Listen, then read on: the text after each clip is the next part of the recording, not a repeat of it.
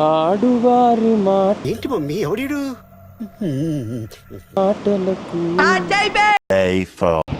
Morning friends.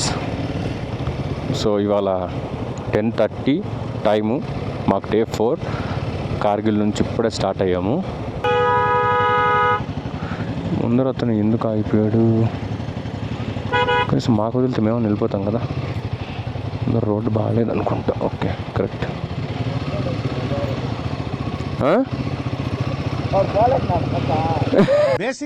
Basic sense ఉండదు మనుషుల దగ్గర. ఓకే, సెకండ్ అండి. మావాడు అంటే మేము అక్కడ పోలేక ఇక్కడ ఆగిన్నాము అని అరుస్తున్నాడు.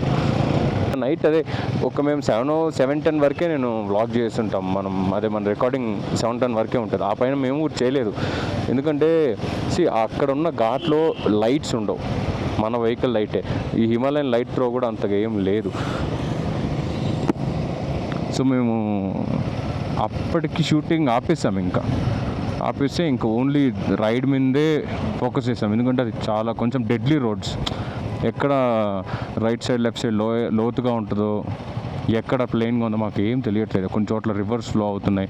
అదే పొద్దున్న మార్నింగ్ చూస్తే అదే రివర్స్, పొద్దున్న చూస్తే బాగానే ఉంటుంది. కానీ నైట్లో ఏమీ చిమ్మ చీకటిగా ఉన్నప్పుడు రివర్స్ ఫ్లో అవుతుంటే కొంచెం భయంకరంగా ఉండింది. ఈ రోడ్ స్టేటస్ ఏంటంటే 60-70 స్పీడ్ మెయింటైన్ చేయొచ్చు. తర్వాత సోన్మార్గ్ ఒక్క 10 కిలోమీటర్స్ కూడా బాగానే ఉంటుంది, చాలా బాగుంటాయి రోడ్. సోన్మార్గ్ 10 కిలోమీటర్స్ వరకు కూడా. దాని తర్వాత 25 కిలోమీటర్స్ 30 కిలోమీటర్స్ అసలు రోడ్లు ఎలా ఉంటాయంటే, ఇవి సిమెంట్వి. యాక్చువల్గా సిమెంట్ కూడా కాదనుకుంటా, సంథింగ్ ఏదో చిన్న స్క్వేర్గా ఉంటుంది, ఈ మాత్రం ఉంటుంది. సో అలాంటి స్క్వేర్సే ఉన్నాయి మొత్తం రోడ్లో. సోన్మార్గ్ 10 కిలోమీటర్స్ తర్వాత నుంచి 25 కిలోమీటర్స్ స్టార్ట్ అవుతుంది. ఆ రోడ్ అంతా కూడా అదే రోడ్ కాదు, అది అంటే ఆ బ్రిక్స్తోనే కట్టేశారు. కానీ 25 కిలోమీటర్స్ అప్రాక్సిమేట్గా మాకు 1.5 hour ఏమో పట్టింది అది కవర్ చేయడానికి.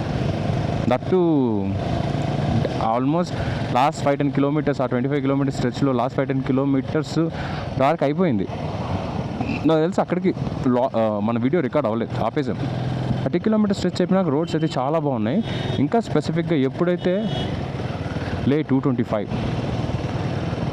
సో ఆ స్ట్రెచ్ అయితే ఎప్పుడైతే క్రాస్ చేసేసామో తర్వాత ఇది కార్గిల్ మిలిటరీ ఏరియాలోకి ఎంటర్ అవుతాం. మనం రిజిస్టర్ చేయాల్సి ఉంటుంది. జస్ట్ నేమ్స్ ఎంట్రీ చేయాలి అంతే. అడుగుతారు పర్పస్ ఏంటి వెహికల్ డీటెయిల్స్ అడుగుతారు, చెప్పేసి ఎంటర్ చేయాలి. అక్కడ నుంచి రోడ్స్ మొత్తం చాలా బాగున్నాయి. ఓకే సార్, బ్యాక్గ్రౌండ్ కరెక్ట్ చూసుకో. అలాగే focus is very important. Focus problem ఉండదు sir, you carry on sir. Ready. Yeah, fantastic. Oh that's great. Just నైట్లో ఇదైతే ఆ స్ట్రెచ్ బాగుంది. సో మేము అరౌండ్ 9:45కి 10కి రూమ్లో ఉన్నాం. సో ఆ విధంగా మేము నిన్న రూమ్కి అయితే ప్లాన్ ప్రకారం 9:30కి చేరుకోవాల్సి, మేము 9:45 10కి ఏమో చేరుకున్నాం. సో లక్కీగా దాంట్లోనే అదే హోటల్లో మాకు అటాచ్డ్ రెస్టారెంట్ ఉంది. ఫుడ్ మాత్రం చాలా బాగుంది అసలు. సో ఇవాళ డైరెక్ట్ లేనే ఉంటుంది. కార్గిల్లో కూడా చెప్తున్నాను, పెట్రోల్ స్టేషన్స్ నేను హిమాలయ 450 ఉద్దేశించి చెప్తున్నాను. కార్గిల్ వరకు అయితే మాకు ఏ ఛాలెంజ్ లేదు. ఇన్ఫ్యాక్ట్ లే వరకు కూడా ఛాలెంజ్ రాదు. ఎందుకంటే ఇక్కడ నుంచి లే 20 కిలోమీటర్స్, దీని రేంజ్ వచ్చి 350 కిలోమీటర్స్ వస్తుంది. సో హిమాలయన్ 450 ఉండే వాళ్ళైతే లే వరకు పెట్రోల్ క్యాన్స్కి అస్సలు అవసరం పడదు.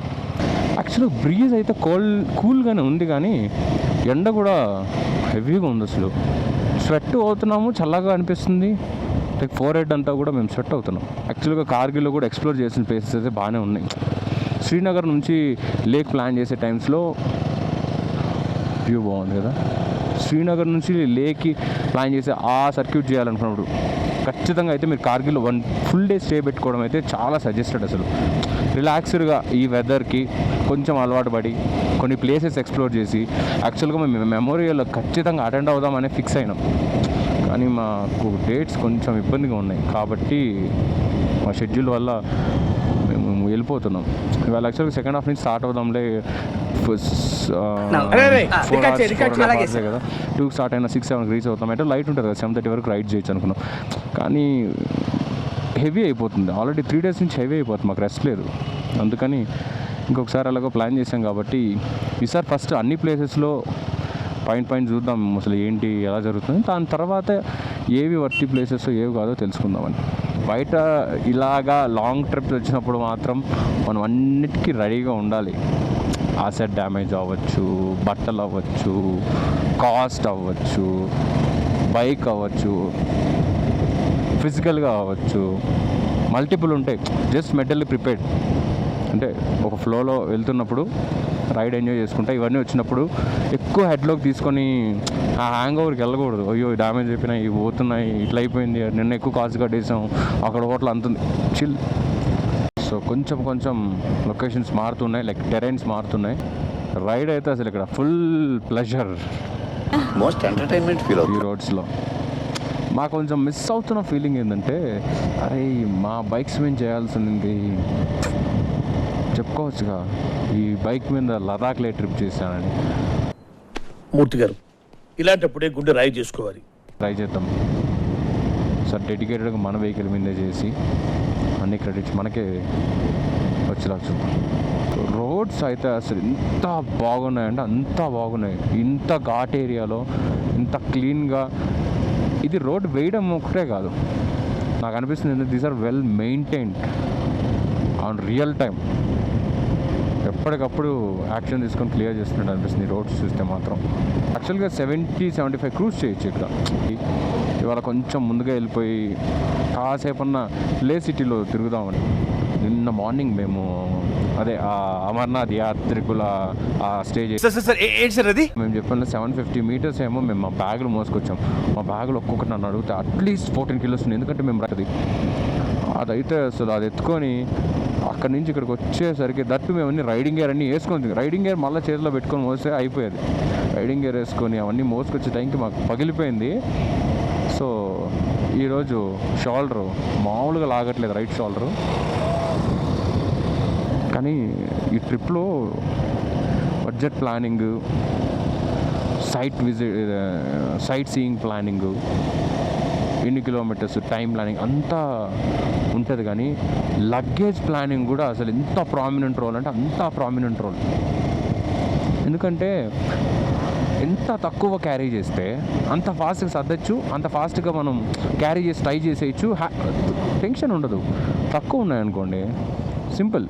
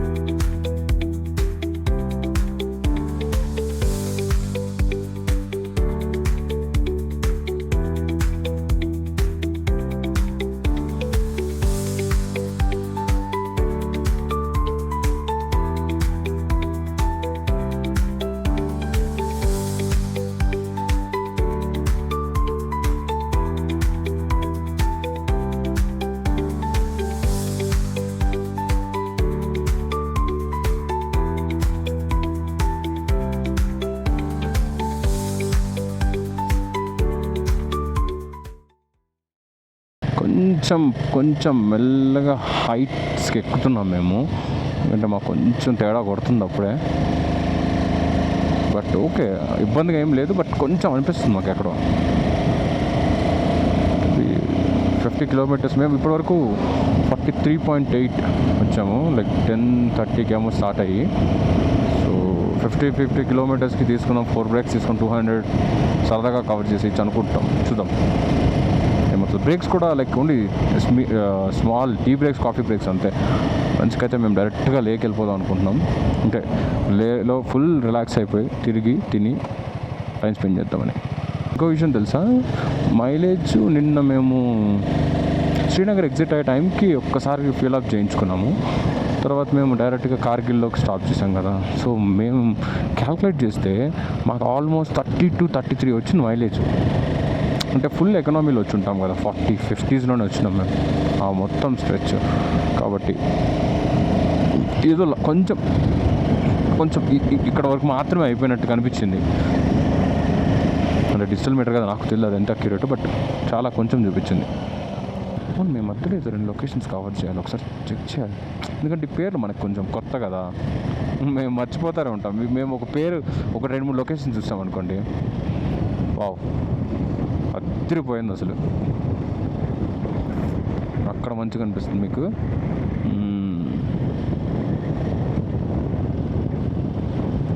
మేము 2-3 లొకేషన్స్ నైట్ కూర్చొని పెద్ద ప్లాన్ చేస్తాం. పొద్దునకి వెళ్ళేసరికి ఫర్ సపోజ్ ఇప్పుడు ఫస్ట్ కార్గిల్ లేకపోతే తుర్తుక్కు నుబ్రావాలి ఇలా అనుకోండి, ఏం చేస్తామంటే ఫస్ట్ కాన్ఫిడెంట్గా మొత్తం పొజిషన్స్ మార్చేసి ఉంటాం పొద్దున. లేదు ఫస్ట్ నుబ్రావాలి వస్తుంది, తర్వాత తుర్తుక్కు. మేము అంటే పేర్లు మేము కన్ఫ్యూజ్ అయిపోతున్నాం. మనకు ఆ పేర్లు కొంచెం కొత్త కదా. సో ఒక 50 కిలోమీటర్స్ అయితే ఫినిష్ చేసాము. ఇవాళ మేము మా ప్లాన్ ప్రకారం లేకి రీచ్ అయిపోయి, అంటే 10కి కొడితే మేము 5కి రీచ్ అవుతాము. 7 hours 5 hours. So 2 hours buffer పెట్టుకొని కూడా 5కి రీచ్ అయినా. సో కార్దుంగ్లా పాస్కి వెళ్దాము అనుకున్నాము, కానీ వాళ్ళ కార్దుంగ్లా పాస్ మా వాళ్ళు ఎందుకో వద్దు, లేలో టైం స్పెండ్ చేద్దాం నైట్ మార్కెట్స్ అంటున్నారు. బట్ ఇంకా మేము ఫిక్స్ కాలేదు, ఎందుకంటే ఏ టైంకి మేము లేక్ రీచ్ అవుతాం ఇంకా మాకు తెలియదు, అందుకని చూద్దాం. సో మాకు యాక్చువల్గా ఈ కార్గిల్ తర్వాత నుంచే రైడర్స్ కనపడడం స్టార్ట్ చేశారు. అంటే నిన్న మేము శ్రీనగర్ నుంచి స్టార్ట్ అయ్యాం కదా, డే టైంలో స్టార్ట్ అయినప్పుడు కూడా మాకు ఎవరు పెద్దగా ఏం కనిపించాలి రైడర్స్. సో ఇప్పుడే కొంచెం కనిపించడం స్టార్ట్ చేసాము. సో చూద్దాం.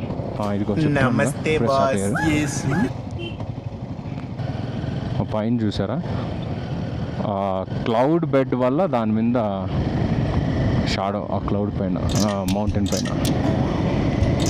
మేము మంచు కోసం వెయిట్ చేస్తున్నాం. ఇది ఇంకోటి మేము చాలామంది అడిగాము, ఏంటి స్నోఫాల్ ఉందా లేదా స్నో ఎక్కడ ఉంటుందని. అందరూ సోన్మార్గ్ అన్నారు, కానీ సోన్మార్గ్లో ఏం లేదు.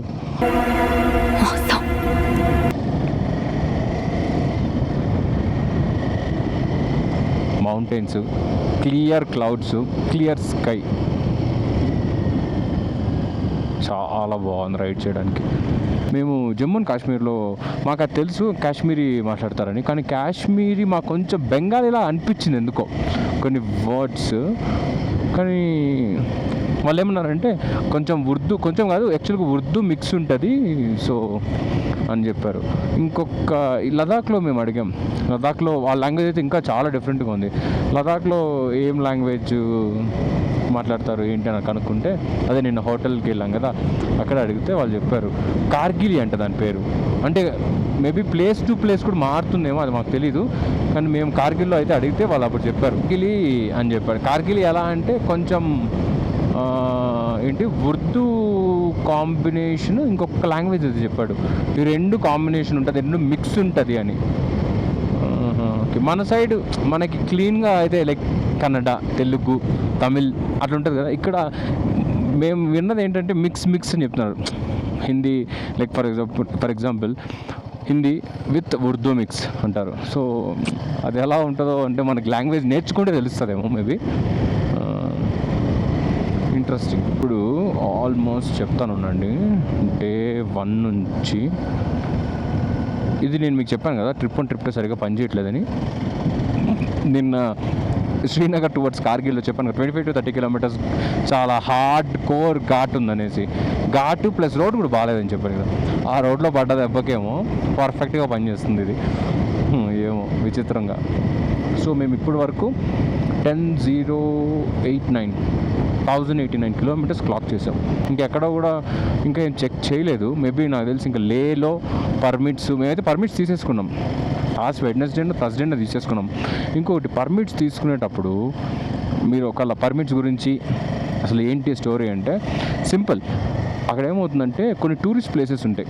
ఓకేనా, ఫస్ట్ రెంటెడ్ బైక్స్ గురించి చెప్తాను మీకు నేను. రెంటెడ్ బైక్స్ మీద లేలో లోకల్ అసోసియేషన్స్ ఉంటారు కదా, ఈ రెంటల్ వాళ్ళు వీళ్ళు. సో వాళ్ళు ఏం చేస్తారంటే బయట రెంట్కు తీసుకొచ్చిన వెహికల్స్ని అలో చేయరు. స్పెసిఫిక్గా అలో చేయని ప్లేసెస్ వచ్చి like Nubra valley, Pangong lake, కొన్ని ఇట్లా పెద్ద ప్లేసెస్ ఉంటాయి కదా, అది అంటే కోర్ టూరిస్ట్ ఏరియాస్. వాటిల్లో అయితే వాళ్ళు ఎంటర్ చేయనివ్వరు, అది పక్కా. కానీ గత మే నుంచి 24 నుంచి మేము అదే వెహికల్ రెంట్ తీసుకుంటాం కదా, వాళ్ళని అడిగితే మాత్రము ఏం ఆపట్లేదు, పంపించేస్తున్నారు, అంత స్ట్రిక్ట్గా ఇప్పుడు ఏం లేరు అన్నారు. అది పాయింట్. సో అది వచ్చి ఓన్ రెంటెడ్ వెహికల్స్ గురించి ఎక్కడెక్కడ రెస్ట్రిక్టెడ్ ఉంది ఏందనేసి. Own vehicle irrespective of the place ఎక్కడైనా తిరగచ్చు, ఓకేనా. సో తిరగడం గురించి అయితే రెంటెడ్ వెహికల్స్ అలాగా, ఓన్ వెహికల్స్ ఇలాగా.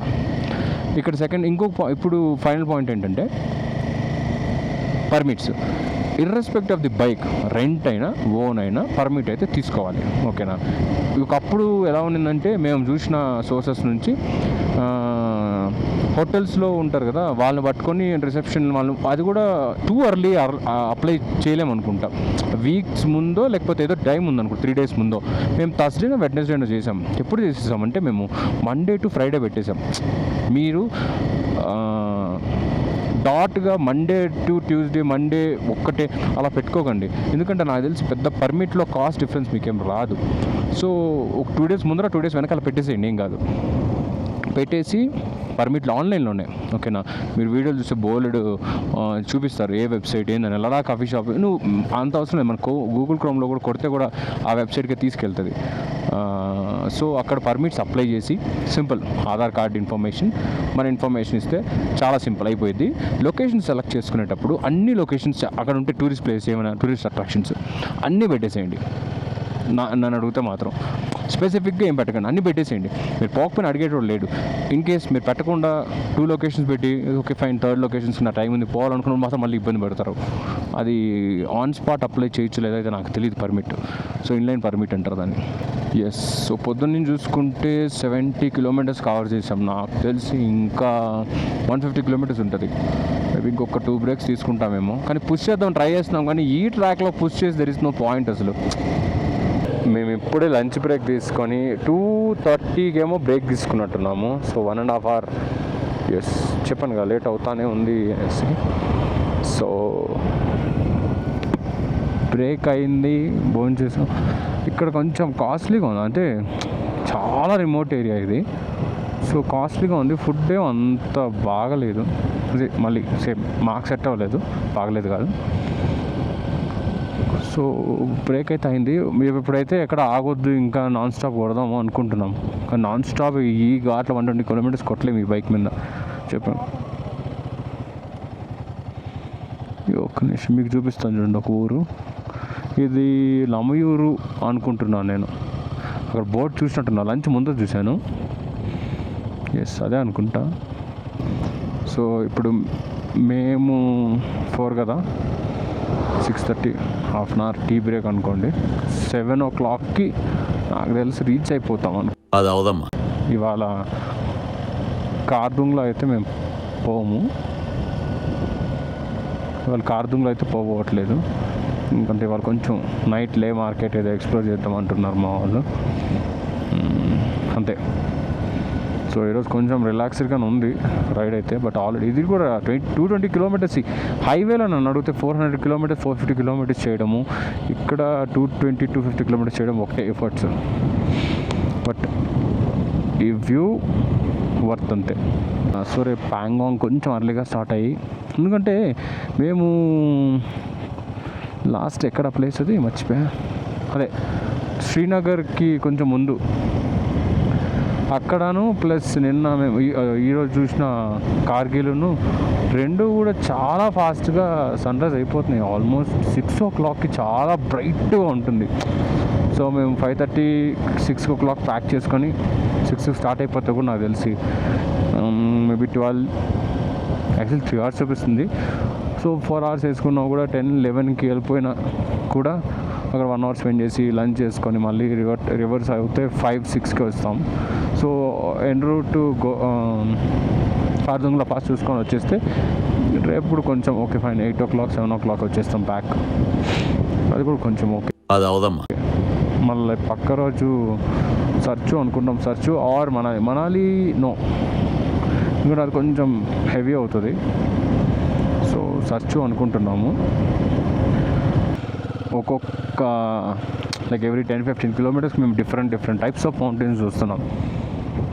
సైజ్ వేరు, దాని టెక్స్చర్ వేరుంది, కంపోజిషన్ కూడా. ఇది చూడండి, ఇందాక రైట్ సైడ్ ఎల్లోగా ఉంది, ఇదేదో లైక్ ఒక పర్పుల్ షేడ్లో ఉంది, డిఫరెంట్గా ఉంది మౌంటైన్ అసలు. మేము పైకి చాలా పైకి ఎక్కాము, అరౌండ్ 11,000 చేంజ్ ఫీట్ పైకి ఎక్కాము. ఇప్పుడు మరి చాలా కిందకి దిగుతున్నాం అనిపిస్తుంది, కానీ మేము ఇంకా 11,000 ఫీట్ పైన ఉన్నాం అనిపిస్తుంది. అంటే మాకు డిఫరెంట్గా ఉంది అసలు.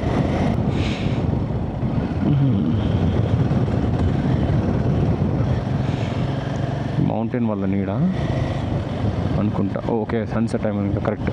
సన్ షాడో అవుట్ ఉంది కదా, సో ఇదంతా కూడా షాడోనే ఉంటుంది.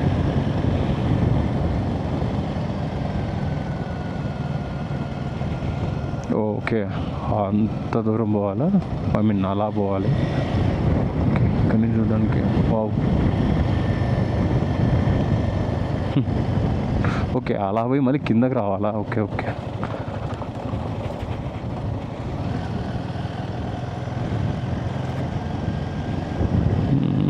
అసలు మళ్ళా ఓకే, అలా వెళ్ళి మళ్ళీ కింద కూడా వెళ్తున్నది.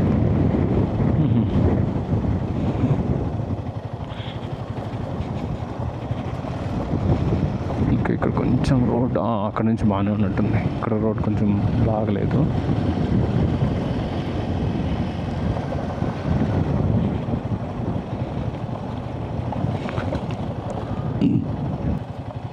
చెప్పాను, ఇంకా కార్గిల్ దాటినప్పటి నుంచి మాకు కొంచెం కొంచెం రైడర్స్ కనిపించడం స్టార్ట్ అయింది. అక్కడ క్లాసిక్ 350నే సరిపోయిద్ది అని అడిగితే, ఇక్కడున్న రోడ్స్కి, ఇక్కడున్న స్పీడ్స్కి, ఇక్కడున్న కంఫర్ట్కి ఇవి ఈ రోడ్స్లో ఓకే. క్లాసిక్ 350 కొంచెం కంఫర్టబుల్గా ఉంటుంది అనిపించింది నాకు.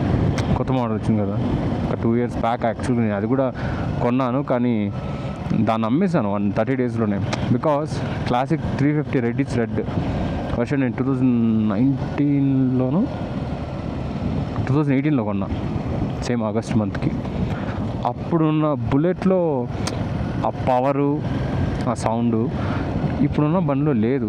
నేను అస్సలు అని ఫీల్ కాలేకపోయాను. సో కొంచెం హిట్ తీసుకొని అమ్మేశాను నేను. ఓకే, ఇప్పటివరకు మోస్ట్లీ మనము లెఫ్ట్లో మౌంటైన్స్ ఉన్నాయి లేదా రైట్లో మౌంటైన్స్ ఉన్నప్పుడు చేసాము. ఇది 2 సైడ్లో మౌంటైన్స్, మధ్యలో రోడ్ ఉంది. అసలు మీకు చూడడానికి ఎలా ఉందో నాకైతే తెలియదు, కానీ రైడ్ చేస్తుంటే ఎమ్మ క్రేజీ ఉంది అసలు. మాకు డిఫరెంట్గా ఉంది. చిన్న చిన్న రాళ్ళు కూడా యాక్చువల్గా చూసుకొని వెళ్ళాలి. టైర్ని పక్కకు తోసేస్తే లేపి మళ్ళీ ఈ మౌంటైన్ డిఫరెంట్ కలర్లో ఉంది యాక్చువల్గా. మళ్ళీ రైట్ సైడ్లో మౌంటైన్ చూడండి, మళ్ళీ అదొక వేరే ఇదిగా ఉంది. ఇక్కడ ల్యాండ్ స్లైడ్స్కి ఛాన్సెస్ హై అనుకుంటా, అందుకని వేసినట్టు లేరు అసలు ఈ రోడ్డుని. ఏదో రోడ్డు ఉన్నట్టే ఉంది, మేబీ పోయినట్టుంది.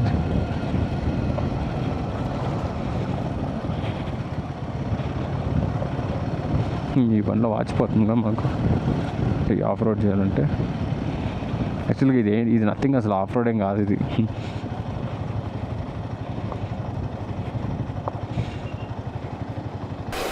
కొడక్క ఇప్పుడు రారా రారా వెళ్ళిపోయాడు, లారీ కిందకి వెళ్ళిపోయాడు.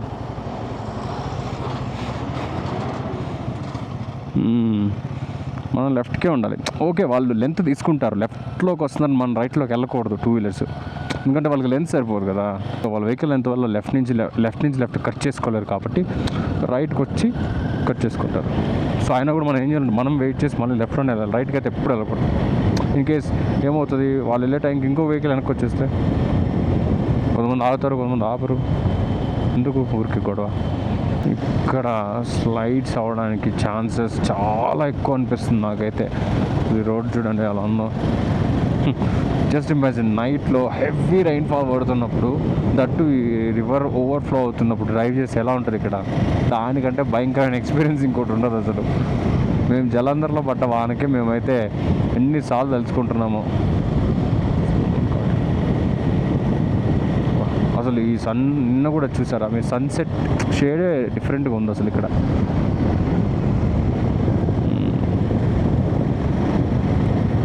చాలా బాగుంది అసలు.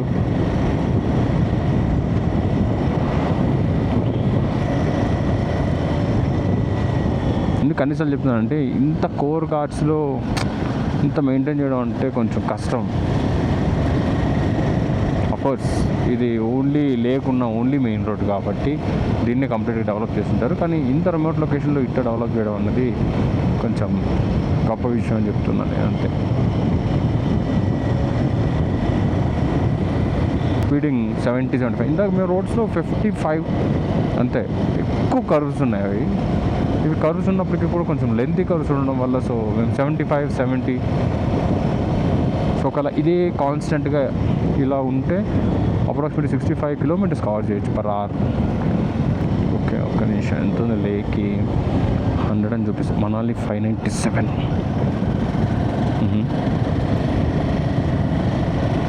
ఇప్పుడు ఒక్క 1 కిలోమీటర్ నుంచి ఈ ఊరు ఎప్పుడైతే ఎంటర్ అయ్యామో మాకు అక్కడ మళ్ళీ కోల్డ్ బ్రీజ్ వస్తుంది. టెంపరేచర్ 37 చూపిస్తుంది. యాక్చువల్గా లాస్ట్ ఇదంతా కూడా జస్ట్ 1 కిలోమీటర్ ముందు అంతా కూడా చాలా వేడిగా ఉంది. వేడి గాలి వస్తుంది అసలు మాకు. ఇది కొంచెం కూల్గా తగులుతుంది బ్రీజ్. చల్లగా ఉంది. యాక్చువల్ ఎండ ఉంది కానీ చల్లగా కూడా ఉంది.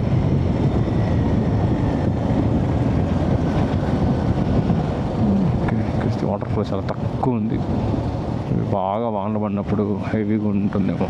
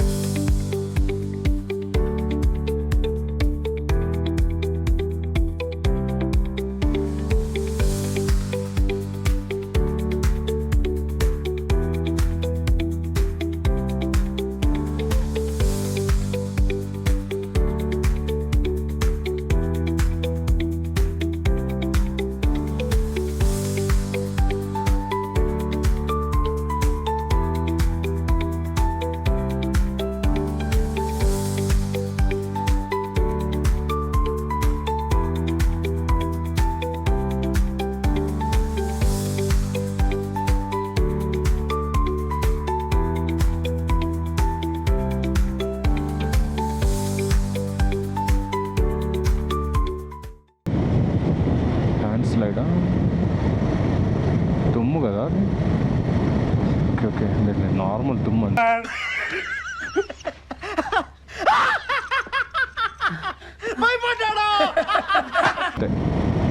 వేసి వెళ్ళారు నా ముఖానీళ్ళు. రైడ్ నైట్ చేయడం అసలు నో మీనింగ్, అస్సలు నో మీనింగ్. అంతే, మేము ఇంక నైట్ తప్పలేదు కాబట్టి ఆ కార్గిల్కి రీచ్ కావాలి కాబట్టి ఇంకా కొట్టేసాం మధ్యలో ఎక్కడ ఒకటి బ్రేక్ తీసుకోకుండా. ఇది అస్సలు నో మిస్ అవ్వకూడదు. కానీ ఇక్కడ చెప్పాను కదా 7:30 వరకు కూడా డే లైట్ ఉంటుంది. ఫైన్, 7:30 వరకు కూడా ఇక్కడ ప్లాన్.